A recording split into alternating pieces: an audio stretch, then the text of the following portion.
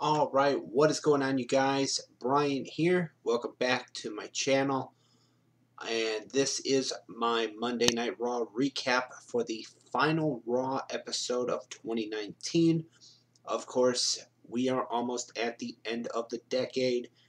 So, Raw tonight went out with a bit of a bang as far as the wedding of Lana and Bobby Lashley is concerned. A lot of surprises in that one, and I'll get into that in just a moment.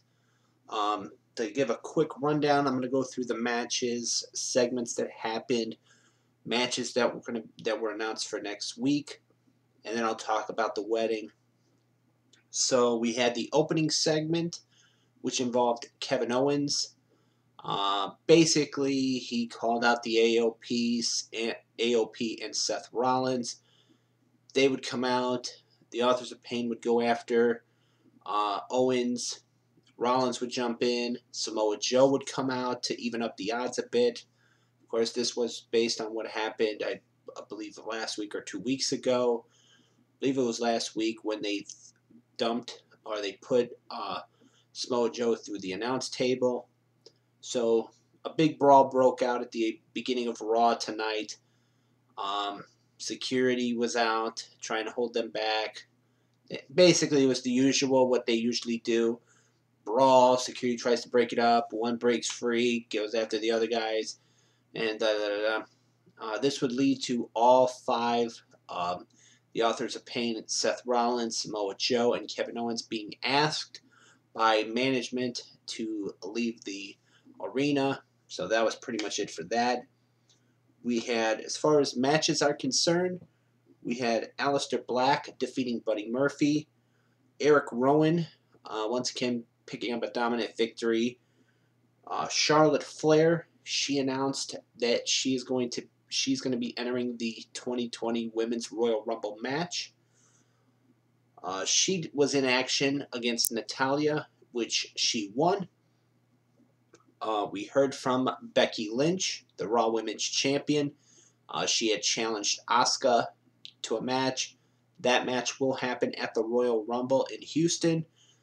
She also mentioned that her contract was coming up, and before she could start any kind of negotiation, she basically demanded that match to happen at the Royal Rumble. So that match will happen. The OC, they were in action. They took on the Street Profits. Street Profits picked up the win in that one. They announced next week that the Viking Raiders will defend their Raw Tag Team Championships against both the Street Profits and Gallows and Anderson of the OC. So that's going to be happening next week, of course. Also next week, the United States Championship will be on the line as Andrade, who won the championship from Rey Mysterio a couple of days ago at Madison Square Garden at a live event. He'll be defending that championship against Mysterio next week, that being on the first Raw of the new year. They also announced that WWE Champion Brock Lesnar will be coming back to start the build to the Royal Rumble. As far as, that usually whenever they say that Brock Lesnar's coming back and he's a champion, that usually means that they're going to have some kind of idea of who they're going to have facing him at the Royal Rumble. Drew McIntyre, he picked up a win in a 2-on-1 handicap match over Zack Ryder and Kurt Hawkins. No surprise there. Andrade was in a match. He went to do the same thing that he did up to Humberto Carrillo a couple of weeks ago, or 2 weeks ago, where he was going to plant with the DDT, or the Hammerlock DDT, on his opponent onto the exposed cement floor, but Ricochet would make the save. So this would lead to a match with Ricochet and Andrade. Andrade would win with the help of Zelina Vega. Then we get to the main event, which was, or we also had on this show, I didn't mean to go a little bit shorter. Randy Orton, he came out on crutches. They did this whole thing where last night at a show, uh, he was supposedly injured. It would turn out to be a ruse, as Randy Orton would come out on crutches. He would come out with a brace on his knee. He would say about that, this, and this, about how a lot of superstars he respected had to give up their, whenever they get injured, they would have to surrender their championships. He dropped Edge's name as somebody that had to give up his career because of an injury. He was making references saying that he was going to be away for a very long time, maybe even permanently not able to come back.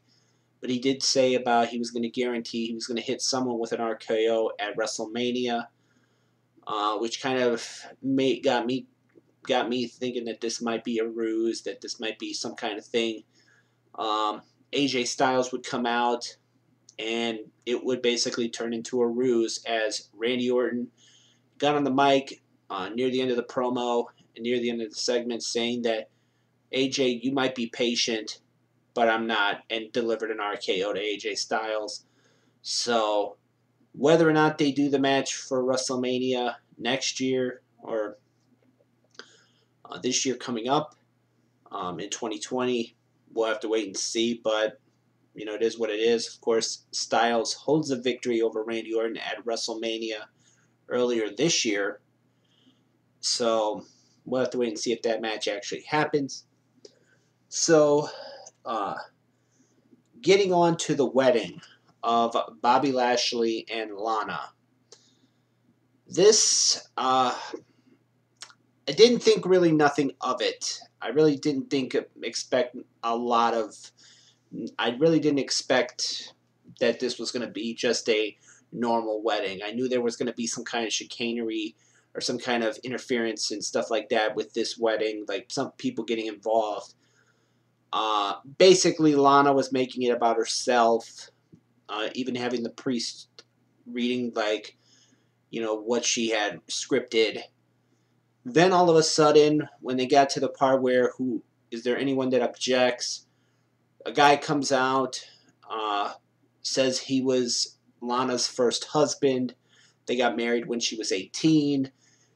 She left him for Rusev.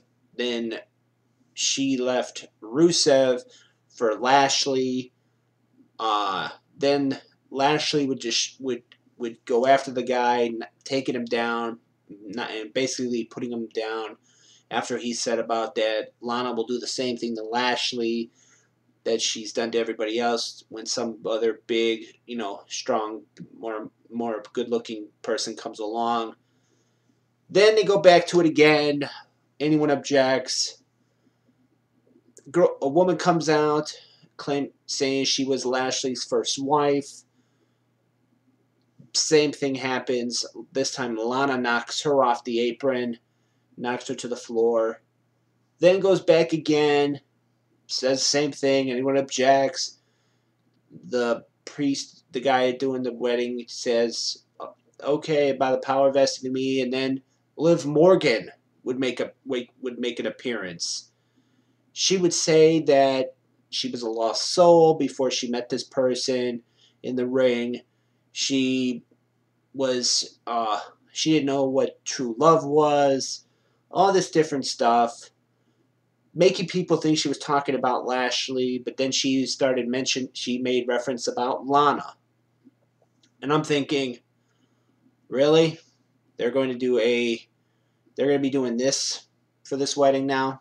No offense to, lesbians and gays and everything. I'm not against them. But I'm thinking, wait a minute. Okay, so now they're going to have having two women loving each other. I mean, no offense, but it's just wait, what? Really? Trying to get ratings up? So, basically, her and Lana go at it. They get into a fight. A lot of the officials and referees pull them apart. They get Liv out of the ring. Then all of a sudden, same thing. Near the end, it was like, does anybody object? And man, yes. Woman, yes. They basically how a wedding would end, with the man and woman saying I do.